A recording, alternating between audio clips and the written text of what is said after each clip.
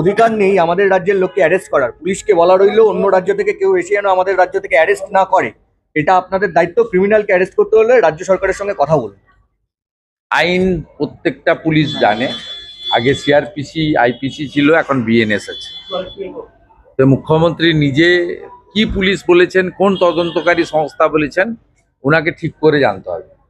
একটা হচ্ছে অন্য রাজ্যের পুলিশ এই রাজ্যে তদন্ত তল্লাশি গ্রেপ্তার করতে এলে লোকাল পিএসকে ইন্টিমেশন দিতে হয়, এটা করে। অথচ এই রাজ্যের সরকার সহযোগিতা করে না। সিবিআইকে কোনো কেস এখানে রেজিস্টার করে তদন্তভার নিতে গেলে রাজ্য সরকারের রেকমেন্ডেশন লাগে অথবা কোর্টের অর্ডারে হয়। আবার কতগুলো তদন্তকারী সংস্থা আছে বা এজেন্সি আছে যাদেরকে রাজ্য সরকারের রাজ্য পুলিশের অনুমতি নিতে হয় না। এর মধ্যে সেবি আছে, এর মধ্যে এনফোর্সমেন্ট ডাইরেক্টরেটের পিএমএল সেকশনের কেস আছে, এর মধ্যে এনআইএ আছে। মুখ্যমন্ত্রী একটু পড়াশোনাটা ঠিকঠাক করে করুন। আমার মনে হয় যে তদন্তকারী সংস্থা বা অন্য রাজ্য থেকে পুলিশ আসেন তারা ভারতীয় ন্যায় সংহিতা মেনে ও তাদের যে নিজস্ব হ্যান্ডবুক রয়েছে রুলসের, সেটা মেনে কাজ করেন। পশ্চিমবঙ্গ পুলিশই বরঞ্চ জঙ্গি, আতঙ্কবাদী, দুর্নীতিগ্রস্ত, খুনি, ধর্ষক এদের বিষয়ে ইন্টিমেশন দিলে কোঅপারেশন করে না।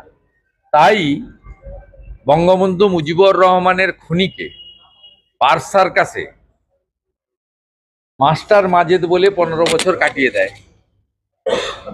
ভারতের রয়ের সাহায্য নিয়ে বাংলাদেশ থেকে এসে তাকে গ্রেপ্তার করে নিয়ে ফাঁসি কার্যকর করা হয়। কাশ্মীরের জাভেদ মুন্সি ক্যানিং এ লুকিয়ে থাকেন, কাশ্মীর এসটিএফ এসে তাকে গ্রেপ্তার করে নিয়ে যায়। আনসারুল বাংলার দাগি খুনি জঙ্গি সাদ শেখ মুর্শিদাবাদের হরিহর পাড়ায় মাদ্রাসা খুলে 1.5 বছর ধরে 3 বার তৃণমূলকে ভোট দিয়ে পঠন পাঠন করতে পারেন, তাকে গ্রেপ্তার করার জন্য আসামের পুলিশকে আসতে হয়। অসংখ্য উদাহরণ রয়েছে। পশ্চিমবঙ্গ জঙ্গিদের আঁতুড়ঘর করে তৈরি করেছেন মমতা বন্দ্যোপাধ্যায়, এবং বর্ডারে ফেন্সিং না দিতে দিয়ে জামাত, হেফাজত, মৌলবাদীদের ঘাঁটিতে পরিণত করেছেন পশ্চিমবঙ্গ। এসআইআর প্রসঙ্গে